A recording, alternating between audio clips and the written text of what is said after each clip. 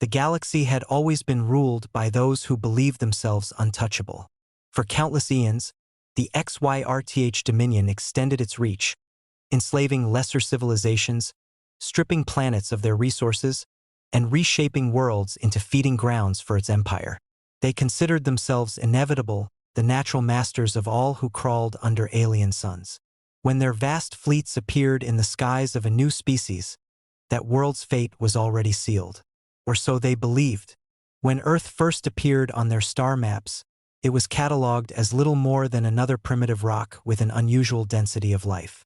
The Dominion scouts had detected signals drifting through the void, television broadcasts, radio chatter, the erratic hum of digital networks. To the XYRTH, these signs were not impressive. They were proof of immaturity. Every species before humanity had followed the same pattern. They discovered fire, they built machines, they dreamed of stars. And every one of them, when the Dominion came, had bowed in submission or burned in defiance. The XYRTH calculated no different outcome here. For them, humanity was just another number, another workforce to shackle, another species too blinded by its wars and divisions to stand together. A planet that would feed the Empire's endless hunger. The decision was made swiftly, without hesitation, because no empire spanning half the galaxy wasted time fearing an upstart world of scattered nations. They prepared their fleets with casual arrogance. To them, the conquest of Earth would be nothing more than routine, a story so common it barely deserved to be written. Yet the first mistake of tyrants is always the same. They believe history repeats itself without interruption. The first signs of arrival were not met with silence. Humanity had always watched the skies, waiting for confirmation that it was not alone. When the Dominion's colossal vessels pierced through the black, their presence was noticed within minutes. Observatories from Chile to Hawaii captured the strange distortions. Militaries scrambled. Astronomers tried to rationalize. Politicians tried to conceal panic. And still, the world felt it, an electric charge racing through the collective heart of humanity. The unknown was here. Every broadcast turned to speculation. Some claimed salvation. Some preached doom. For the first time in centuries, the human race stood united in awe of something far greater than itself. The aliens did not bother to hide. Why would they? They had crossed stars in vessels larger than cities, machines bristling with weapons that could split continents. They descended into orbit with a display of raw power, blotting out constellations, their hulls glinting like blades in the sunlight. Across every communication channel, a signal spread simultaneously. It was not a greeting. It was not an offer of peace. It was the voice of a conqueror, translated into every human tongue with unnerving precision. This world belongs now to the Dominion. You will kneel. You will serve. Your survival depends on obedience. Resistance is futile. It was not merely words. To prove their control, the aliens severed satellites with precision strikes, watching networks collapse like threads cut by a knife. Power grids flickered. Global positioning systems went dark. Civilizations dependent on fragile technology found themselves suddenly blind. Within hours, humanity's sense of mastery was stripped away, replaced with dread. At first, leaders clung to diplomacy. Emergency councils gathered. Presidents, prime ministers, generals, and ministers of defense all tried to draft messages of negotiation. Yet what can one bargain when faced with a master who does not see you as equal? The Dominion's responses were curt, almost mocking. Submission will be accepted. Anything less will be crushed. The first displays of force were surgical. A drone swarm blotted out the skies above New York, Beijing, and Delhi. Without firing a shot, they hovered, emitting pulses that silenced aircraft and brought skyscraper lights to darkness. In Africa, a fleet disabled entire power plants with targeted strikes. In Europe, they disrupted military communications, leaving armies unable to coordinate. The message was clear. You are not in control of your world anymore. Humanity's reaction was chaos. Fear spread like wildfire. In some cities, people fled underground, convinced apocalypse had come. In others, riots erupted as supplies dwindled. Governments fractured between those demanding surrender and those screaming for war. Yet across all of this turmoil, one truth emerged. The Dominion had mistaken panic for weakness. They mistook the storm of fear for surrender. They did not understand that humans had always thrived in chaos, that unpredictability was not a flaw but a weapon. The occupation began swiftly. Alien constructs descended like cages, anchoring themselves into city centers. Enslavement protocols were enacted. Drones marked populations, herded them into containment zones, and broadcast reminders of their subjugation. The Dominion saw no need for subtlety. After all, what use was subtlety against ants? And yet, even among the despair, small sparks of defiance remained. A soldier in South America refused to abandon his rifle even when his base collapsed around him. A farmer in Eastern Europe refused to leave his land, staring down the drones with quiet fury. A group of teenagers in Asia recorded themselves mocking the invaders and shared the video before networks collapsed, their laughter becoming a strange kind of rallying cry. The Dominion dismissed such things as anomalies, not realizing they were witnessing the first breaths of resistance. For the ordinary people, life under the invaders was suffocating. Drones patrolled skies day and night, their cold metallic eyes scanning for defiance. Resources were stripped at frightening speed. Factories were repurposed not for human need but for Dominion logistics. Those who disobeyed disappeared swiftly, erased in beams of light without trial. The world was shrinking, strangled under the weight of oppression. Yet no matter how many chains the invaders cast, humanity did not break as expected. The XYRTH had seen many species collapse within days. They expected worship or at least compliance. But humanity did something different. Even in fear, they whispered. Even in cages, they shared stories of defiance. Even in the darkest hours, they clung to something the aliens could not measure. Hope.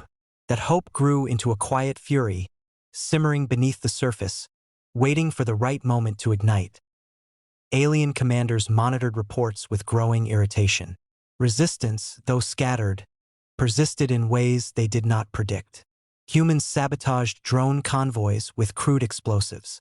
Entire villages vanished into forests, eluding capture. In cities, people found ways to tamper with alien devices using nothing but wires, batteries, and defiance. The Dominion considered such acts primitive and insignificant. But for the humans committing them, these acts were the declaration of something greater. We will not go quietly. The arrogance of the Dominion blinded them. They saw only animals to be caged, not realizing those animals had teeth. They believed themselves gods, never considering that gods, too, could bleed. For centuries, humanity had fought against itself, adapting to wars, disasters, and hardships of its own making. Now that same endurance was turning against an enemy far greater than any before. The world, broken and burning, was beginning to learn that it had nothing left to lose. And when humanity has nothing left to lose, it becomes the most dangerous force in the universe. The Dominion believed resistance would collapse within days. Their records showed countless worlds submitting after a single demonstration of power. But Earth refused to play the script. In the shadows of fallen cities and under the wreckage of collapsed systems, something began to stir. At first it was scattered, fragmented, the desperate defiance of individuals unwilling to bow. But defiance, like fire, spreads quickly when kindled. Humanity had always been a species of storytellers, and stories of rebellion traveled faster than the Dominion's drones could silence them.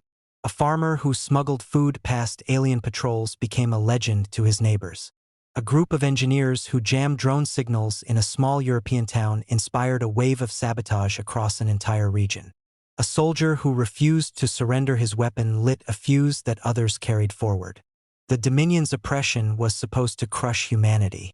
Instead, it hardened it. The resistance was not organized at first. It was chaos, but chaos was something humanity understood. They had fought each other for millennia, and war was written into their history with blood. Guerrilla tactics were second nature. Improvised weapons became tools of survival. Ordinary citizens turned knowledge of their streets, forests, and mountains into advantages the Dominion had not anticipated. In South America, resistance cells used jungles to mask their movements, striking quickly and vanishing like ghosts. In Eastern Europe, ancient tunnels beneath cities became networks of defiance, impossible for Dominion drones to map. Across deserts, mountains, and oceans, humanity rediscovered something it had almost forgotten. Unity born not from politics or borders, but from survival. The Dominion, arrogant in their technology, failed to grasp the essence of what they faced. Their commanders filed reports filled with frustration. Humans refused to follow patterns. They ignored rational surrender when destruction loomed inevitable. They improvised with terrifying speed. They turned scrap into weapons and silence into strategy. Where other species had cowered, humanity mocked. Where others had submitted, humanity fought with an insanity that bewildered their conquerors. The XYRTH referred to them in their private channels as the irrational species. But irrationality was their strength. The first major turning point came when a small resistance group captured an alien drone intact. It was not through brilliance or superior firepower, but through sheer recklessness. Cornered in an abandoned factory, surrounded by drones, they detonated crude explosives, collapsing the building.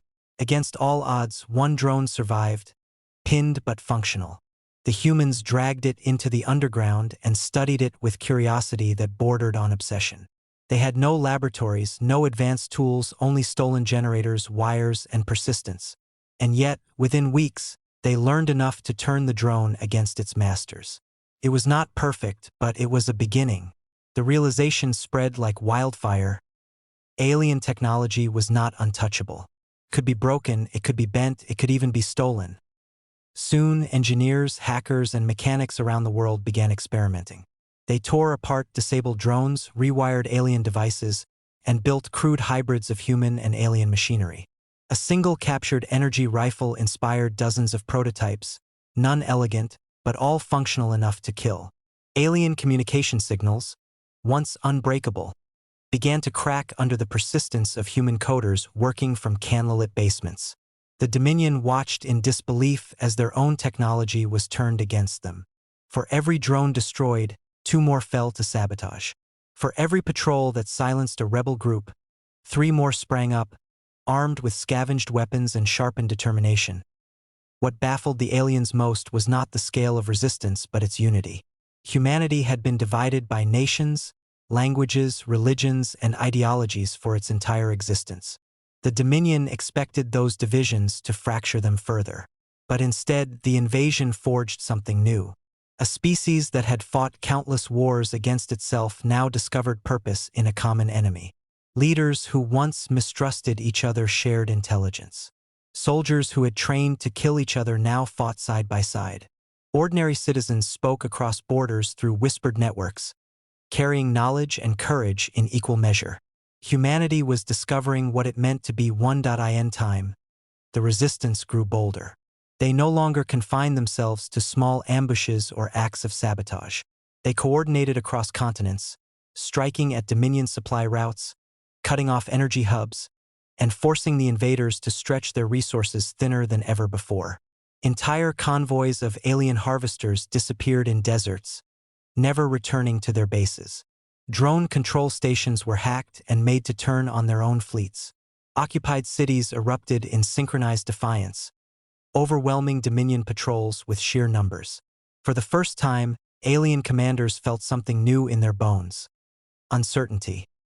From the perspective of the Dominion, this defiance was intolerable. No species had ever resisted in such a way. No species had ever inflicted such embarrassment upon their forces. They escalated with brutality. Cities suspected of harboring resistance were bombarded.